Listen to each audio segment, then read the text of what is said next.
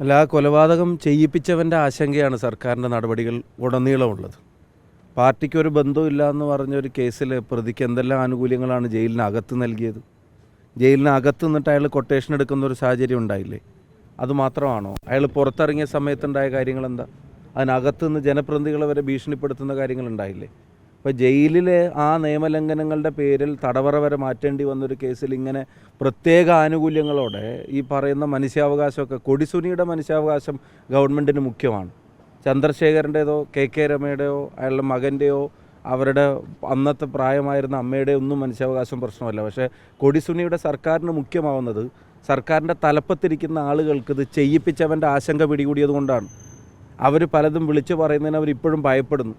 ഇതിനിടയ്ക്ക് ആ കൊലക്കേസിലെ പല പ്രതികളെയും തുറന്നുവിടാനുള്ള ലിസ്റ്റിൽ ഉൾപ്പെടുത്താൻ നോക്കിയൊരു ശ്രമത്തെ നമ്മൾ മാധ്യമങ്ങൾ ഉൾപ്പെടെ വാർത്തയാക്കിയതിന് ശേഷം പിൻവലിക്കുന്ന നമ്മൾ കണ്ടതാണ്. ഇപ്പോൾ ഈ കേസുമായിട്ട് ബന്ധപ്പെട്ട് ചോദിക്കുമ്പോൾ പെട്ടെന്നൊരാളും പറയാം, എന്താ പരോളല്ലേ, എല്ലാവർക്കും കൊടുക്കുന്നതല്ലേ, അതെല്ലാവർക്കും കൊടുക്കുന്നതാണ്. പക്ഷേ ഈ കാര്യത്തിൽ എന്താ ഉണ്ടായിരിക്കുന്നത്? എല്ലാ മാനദണ്ഡങ്ങളും കാറ്റിൽ പറത്തി, എല്ലാ ചട്ടങ്ങളും ലംഘിച്ച്, പ്രൊബേഷൻ ഓഫീസർ ഉൾപ്പെടെയുള്ള ആളുകൾക്കൊരു ഇൻഫർമേഷനും കൊടുക്കാതെ, ജയിൽ വകുപ്പ് അതുമായിട്ട് ബന്ധപ്പെട്ട ഉദ്യോഗസ്ഥർക്കോ കാര്യമായിട്ടുള്ള അറിവൊന്നുമില്ലാതെ, ലോക്കൽ പോലീസിൻ്റെ അടുത്ത് റിപ്പോർട്ട് ചോദിക്കാതെ ഒരു മാസത്തെ പ്രത്യേക പരോളിന് കൊടിസുനി അങ്ങ് തുറന്നു വിടുക. ആരോഗ്യ പ്രശ്നങ്ങൾ ചൂണ്ടിക്കാണിച്ചിട്ട് ഇവർ ഈ കേസിലെ മറ്റു പ്രതികൾ പരോളിൽ ഇറങ്ങിയപ്പോൾ കാണിച്ചത് എന്തായിരുന്നു? അവരുടെ ബ്രേക്ക് ഡാൻസും അവരുടെ ടൂറും അവരുടെ ഡാൻസും ഫോട്ടോവും വീഡിയോ ഒക്കെ നമ്മളെല്ലാവരും കണ്ടതാണ്.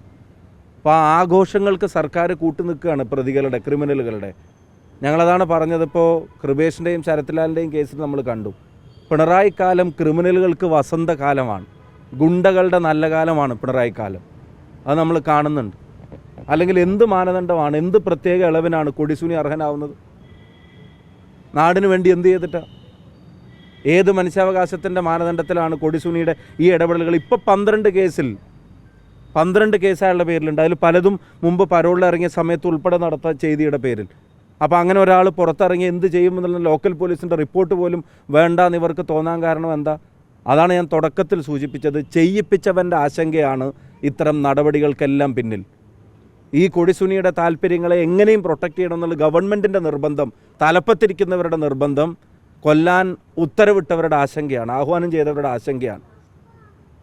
എന്നിട്ട് അതിനെ നവമാധ്യമങ്ങൾ ന്യായീകരിക്കുക.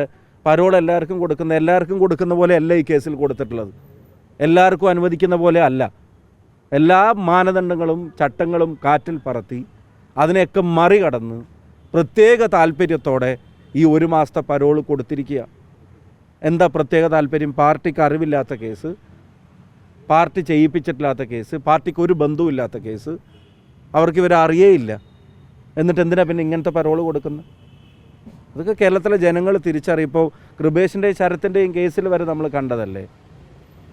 ആ അച്ഛൻ്റെയും അമ്മയുടെയും മനുഷ്യാവകാശത്തിന് ഇവർക്ക് പുല്ലുവിലയായിരുന്നല്ലോ.